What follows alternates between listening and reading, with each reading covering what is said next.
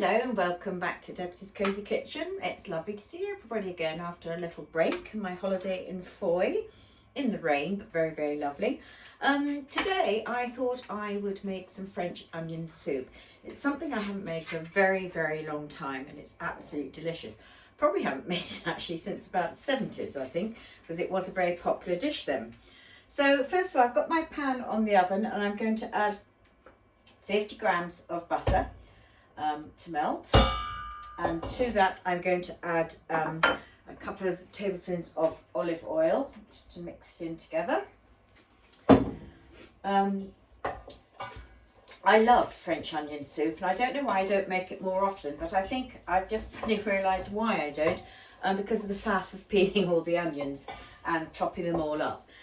So here we've got 1 kilogram of onions peeled and then sliced in half and sliced thinly.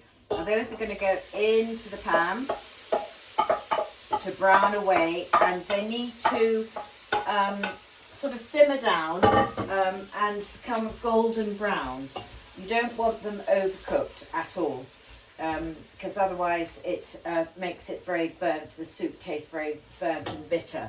So those are just going to sit there very nicely on the stove here and simmer away, and that probably will take about I think probably about 10 minutes or so for them to soften down, and then once they're done, when they're ready, we then add the garlic.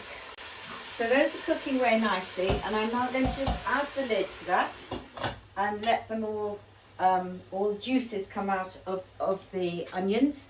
And then when that's been done for 10 minutes, I'm going to add the sugar and then the garlic and the flour, and that will be the next step. So I'm just going to check my onions again in the pan. So they've been cooking here with the lid on for 10 minutes. I'm now going to add a teaspoonful of sugar. Now the sugar brings out all the sweetness in the onions and caramelizes them, which is the next important stage of making your soup. So I'm going to turn this down probably to about number 7 on my hob at the moment. And that's all stirred in.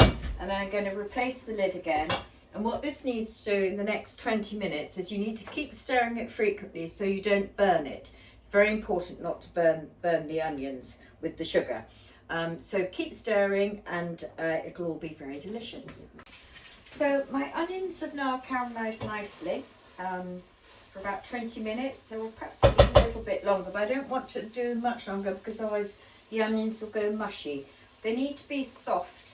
They need to be able to be, that's hot, just hold them between your fingers and they're a bit soft and squishy. So the next thing I'm going to add to that is the garlic cloves.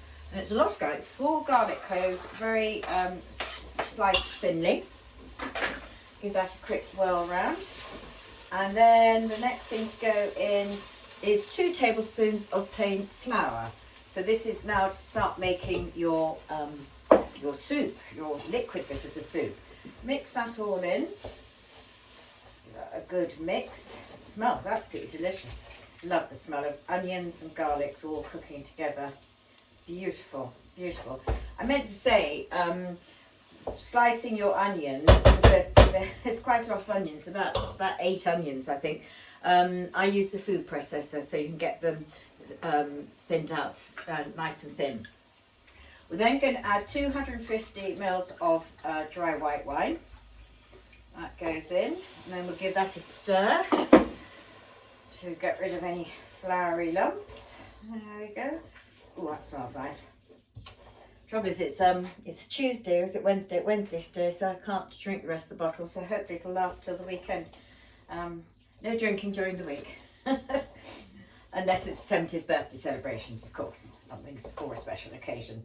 So that's on like that, and then I'm then going to add 1.3 litres of very strong, rich beef stock. So that's going to go in bit by bit. So it's just like if you're making a white sauce or something like that. You don't just dump it all in one go and see what happens. There we go. And I remember as I'm making this, thinking back to when my mother used to make it. Again, a little cheap because I like a soup, if it's French onion soup, to be nice and dark sort of colour. And I do believe we got out the famous gravy browning as well and added some of that into it. I just need to get all the stock that's melted from the bottom in. So in that goes. That's like that, and that's that done. And now what we'll need to do when it's ready is just to give it a taste to see whether or not what seasoning we're going to need. And I'll just take a spoon from here, give it a quick taste. That's delicious. I need a little bit of salt. I'm going to add a bit of salt here into it, just a sprinkle, and then I will taste it again near the end. But what I'm just going to do now is turn that down to simmer. I'm going to turn it down to number 5. Keep an eye on it. A bit of flour there that needs to go back in, mixed up. Keep an eye on it and keep stirring it. And that will take about another 15 to 20 minutes, just simmering away quite nicely. And that then gives you the opportunity to get the next stage of it ready, which is the toasted bread, sourdough bread, or any lovely crusty baguettes that you like, topped with cheese, with Gruyère, or any sort of cheese that melts, any cheese that you like. But we have to wait 20 minutes and then we'll prepare the bread and the cheese and have a lovely bowl of French onion soup. Right, I'm just going to check the soup now that's been bubbling away here, simmering away. I'm just going to check it for seasoning. See if I need to add a little bit more salt or not. Just going to add a tiniest little bit more. That's why you always leave it till the end to taste for seasoning. But meanwhile, what I've done is I have toasted a piece of sourdough and popped a bit of litre. I haven't got anything else ready. Some cheddar, grated cheddar cheese on the top to put into the bowl. But what I've done is I have done it in the air fryer. So you can, and look at this, it's absolutely delicious. Look at this. So sourdough with the cheese. Pop that into your bowl. You can do this under the grill if you like, and use any cheese that you like at all. It really doesn't matter. I'm going to take this off the boil now. This just smells divine. I don't know if you can see that if I hold that up to the camera, but it is absolutely delicious. There's lovely colour, and yes, I did put a tiny splash of gravy brownie in it, but that's just me. So now what you do is you've got your toast and your thing, and you just pour it all in. Look at that. That is absolutely amazing. And the cheese will melt even more. And then all that you need to do is dig in. It's going to be very, very, very hot, so I need to be careful here. Try and get some of the bread and the cheese.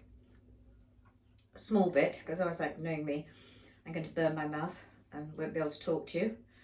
That is absolutely lovely. The cheese is all dribbling down. Yum.